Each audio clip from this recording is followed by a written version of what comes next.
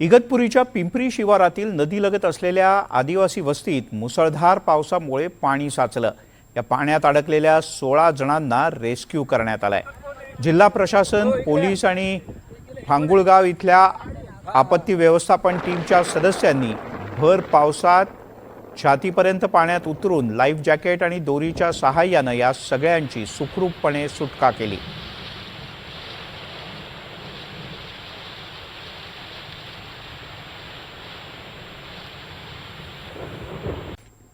या पूरपरिस्थितीत अडकलेल्या परळीतल्या प्रवाशांची गुजरात पोलीस आणि एनडीआरएफच्या पथकाने थरारक सुटका केली। सुरतहून परळीकडे निघालेल्या ट्रॅव्हल्सला अंबाटी वापी मार्गावर पुराच्या पाण्याने वेढा घातला होता। परिस्थिती अत्यंत गंभीर बनली होती।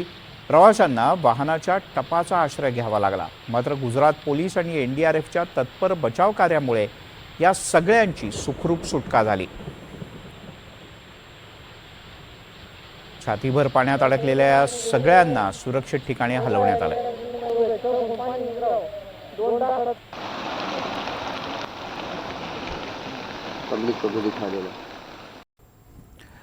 वळूयात पुढच्या काही महत्त्वाच्या बातम्यांकडे।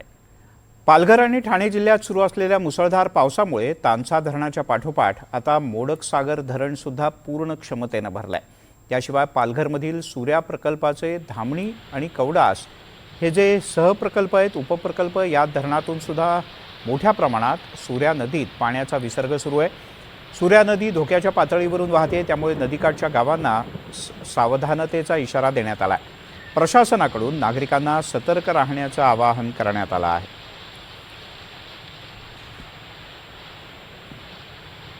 तिकडे पालघर जिल्ह्यातील डहाणू तालुक्यात मुसळधार पावसामुळे वाणगाव आणि कापशी या परिसरात पूरसदृश परिस्थिती निर्माण झाली। पुराच्या पाण्यात अडकलेल्या नागरिकांच्या मदतीसाठी वाणगाव पोलिसांनी तातडीनं बचाव कार्य केलं। अत्यंत धाडसी अशा पद्धतीनं हे बचाव कार्य राबवण्यात आलं।